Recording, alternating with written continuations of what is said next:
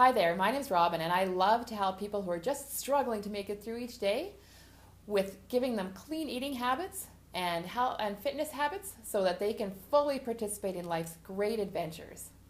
Today I want to talk to you about eating in a restaurant, which can be challenging if you have any food items that you need to avoid, or if you're just following a certain diet and want to avoid certain types of foods.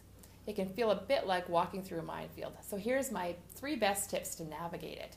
Number 1 is don't make assumptions. Don't just look at the menu and go, yep, that's what I'm going to have, without asking any questions. Because inevitably when I do that, it turns out that there's some ingredient on there that I can't eat or shouldn't eat. But at that point I feel like I kind of have to, because I didn't ask any questions, and I can't really send it back to the kitchen because I didn't ask the right questions to begin with. So usually I eat it and then I feel terrible for 3 days after. So it's not really worth it. That doesn't do anybody any good. The second point is don't worry about it. Don't worry if someone asks you to go out for lunch. It's terrible if you're thinking, well, I don't know if I want to go because I don't know what I'm going to order. Just go, be confident. Nobody else cares about this anywhere near as much as you do. It's just make it not a big deal, and other people won't see it as a big deal either.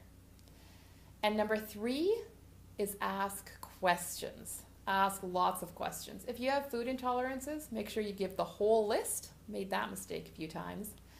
If you have certain dietary concerns, like you don't want to eat fried food or that kind of thing, make sure you ask how things are prepared, or if you're trying to avoid cream sauces or those kinds of things, make sure you just ask questions. The worst thing that's going to happen is they're going to have the chef come out and talk to you personally. And you know, a couple times that's happened to me, and the chef has actually kind of enjoyed making a creation for me, something completely different. So you never know what's going to come out of these experiences.